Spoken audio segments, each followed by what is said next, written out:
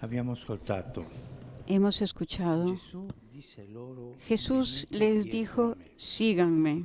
E subito Inmediatamente lasciarono le reti ellos e lo dejaron sus seguirono. redes y lo siguieron. È grande Es la grande forza della la parola di fuerza de la Dio, palabra de come Dios, abbiamo sentito como anche nella hemos prima visto lettura. también en la primera lectura.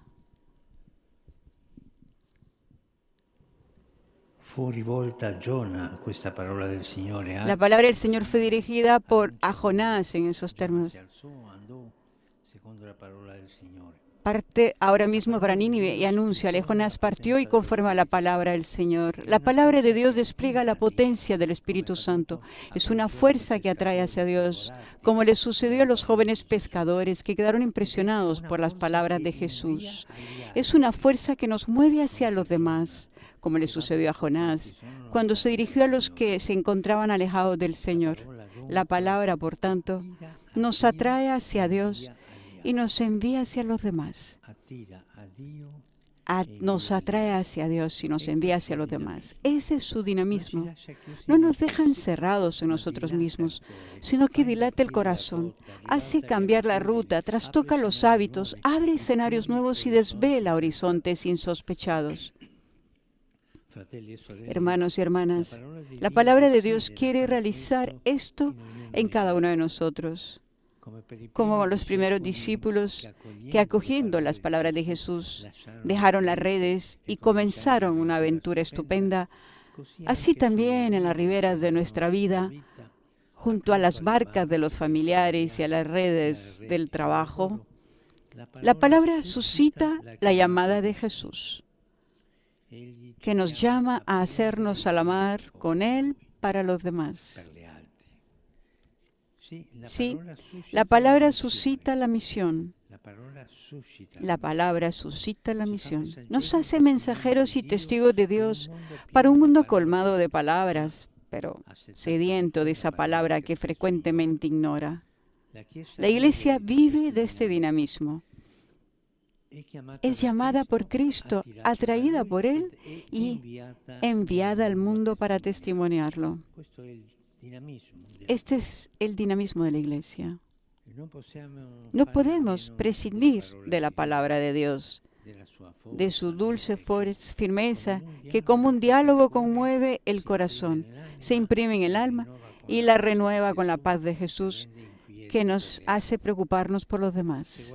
Si miramos a los amigos de Dios, a los testigos del Evangelio en la historia, a los santos, vemos que para todos la palabra ha sido decisiva. Pensemos en el primer monje, San Antonio, que impresionado por un pasaje del Evangelio cuando estaba en misa, lo dejó todo por el Señor. Pensemos en San Agustín, cuya vida dio un vuelco cuando una palabra divina le sanó el corazón. Pensemos en Santa Teresa del Niño Jesús, que descubrió su vocación leyendo las cartas de San Pablo.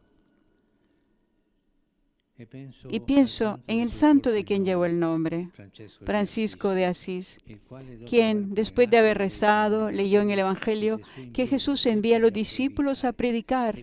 Y entonces exclamó, esto es lo que yo quiero, esto es lo que yo busco, esto es lo que en lo más íntimo del corazón anhelo poner en práctica. Son vidas cambiadas por la palabra de Dios, transformadas. Pero me pregunto, ¿por qué para muchos de nosotros no sucede lo mismo? Muchas veces escuchamos la palabra de Dios y entra por un oído y sale por el otro. Tal vez porque, como nos muestran estos testigos, es necesario no ser sordos a la palabra. Es el riesgo que corremos, ya que abrumados por miles de palabras, no damos importancia a la palabra de Dios. La oímos, pero no la escuchamos. La escuchamos, pero no la custodiamos. La custodiamos, pero no nos dejamos provocar por ella para cambiar. Sobre todo la leemos, pero no la hacemos oración. En cambio, en la lectura de la Sagrada Escritura debe ser acompañada de la oración para que se entable diálogo entre Dios y el hombre. No olvidemos las dos dimensiones constitutivas de la oración cristiana: la escucha de la palabra y la adoración del Señor. Hagamos espacio a la palabra de Jesús. A la palabra de Jesús orada, y sucederá para nosotros lo mismo que a los primeros discípulos. Volvamos, por tanto, al Evangelio de hoy, que nos describe dos gestos que brotan de la palabra de Jesús.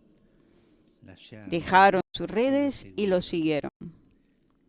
Dejaron y siguieron. Detengámonos brevemente en esto. Dejaron. ¿Qué dejaron? ¿Qué han dejado? La barca y las redes, es decir, la vida que habían llevado hasta aquel día. Muchas veces nos cuesta dejar nuestras seguridades, nuestros hábitos, porque permanecemos atrapados en ellos como los peces en la red.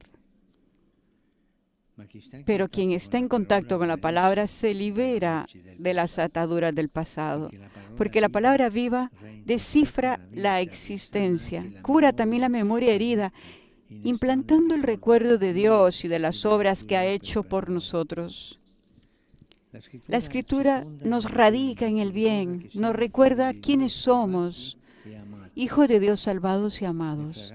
Las odoríferas palabras del Señor son como la miel, dan gusto a la vida, suscitan la dulzura de Dios, nutren el alma, alejan el miedo, vencen la soledad.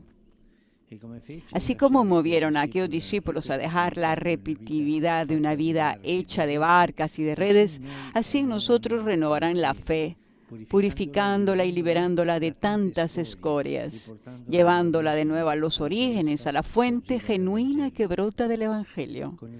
Con el relato de las obras que Dios ha hecho por nosotros, la Sagrada Escritura desata los amarres de una fe paralizada y nos hace saborear de nuevo la vida cristiana como lo que verdaderamente es, una historia de amor con el Señor. Los discípulos, por tanto, dejaron y después siguieron. Dejaron y siguieron. Detrás del Maestro dieron pasos hacia adelante. Efectivamente, su palabra, mientras libera de los obstáculos del pasado y del presente, hace madurar en la verdad y en la caridad. Reaviva el corazón, lo sacude, lo purifica de las hipocresías y lo llena de esperanza. La Biblia misma da fe de que la palabra es concreta y eficaz. Es como la lluvia y la nieve para el terreno, como el fuego, como martillo que pulveriza la roca, como una espada afilada que discierne los pensamientos y las intenciones del corazón, como un germen incorruptible, que aunque pequeño y escondido, brota y produce fruto. En la palabra de Dios es tanta la eficacia que radica en la palabra de Dios que es en verdad alimento del alma, fuente pura y perenne de la vida espiritual. Hermanos y hermanas, el domingo de la palabra de Dios nos ayuda a volver con alegría a las fuentes de la fe, que nace de la escucha de Jesús, palabra de Dios vivo. Mientras se dicen y se leen constantemente palabras sobre la Iglesia, que Él nos ayude a redescubrir la palabra de vida que resuena en la Iglesia. De lo contrario, terminaremos por hablar más de nosotros que de Él. Y muchas veces, al centro quedarán nuestros pensamientos, nuestros problemas, en vez de Cristo con su palabra. Volvamos a las fuentes para ofrecer al mundo el agua viva que no logra encontrar. Y mientras la sociedad y las redes sociales acentúan la violencia de las palabras, aferrémonos a la mansedumbre de la palabra que salva, que no hace ruido, que entra en el corazón. Y por último, hagámonos una pregunta. ¿Qué puesto reservo yo a la palabra de Dios en el lugar donde vivo? Ahí habrán libros, periódicos, televisores, teléfonos. Pero ¿dónde está la Biblia? En mi cuarto. Tengo el Evangelio al alcance de la mano. Lo leo cada día para orientarme en el camino de la vida.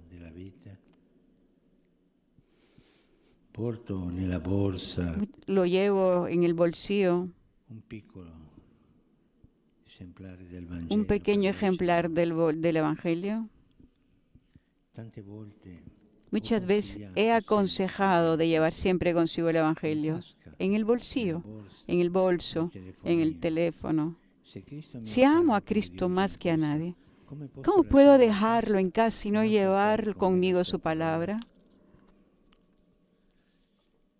Y una última pregunta. ¿He leído por entero al menos uno de los 4 evangelios? El Evangelio es el libro de la vida, es sencillo y breve, y sin embargo muchos creyentes nunca han leído uno desde el principio hasta el final. Hermanos y hermanas, la Escritura dice que Dios es principio y autor de la belleza. Dejémonos conquistar por la belleza que la palabra de Dios trae a nuestra vida.